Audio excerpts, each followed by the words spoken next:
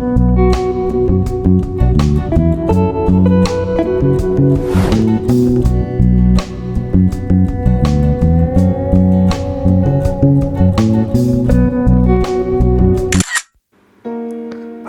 আলাইকুম বন্ধুরা, চলে আসলাম নতুন একটা ভিডিও নিয়ে। তো আপনারা যারা আমার এই ঢালিক্রাফট হোলসেল ইউটিউব চ্যানেলে নতুন, তারা আমার চ্যানেলটি সাবস্ক্রাইব করবেন এবং যারা অলরেডি সাবস্ক্রাইব করেছেন তারা লাইক এবং কমেন্ট করবেন, আর ভিডিওটা ভালো লাগলে শেয়ার করবেন।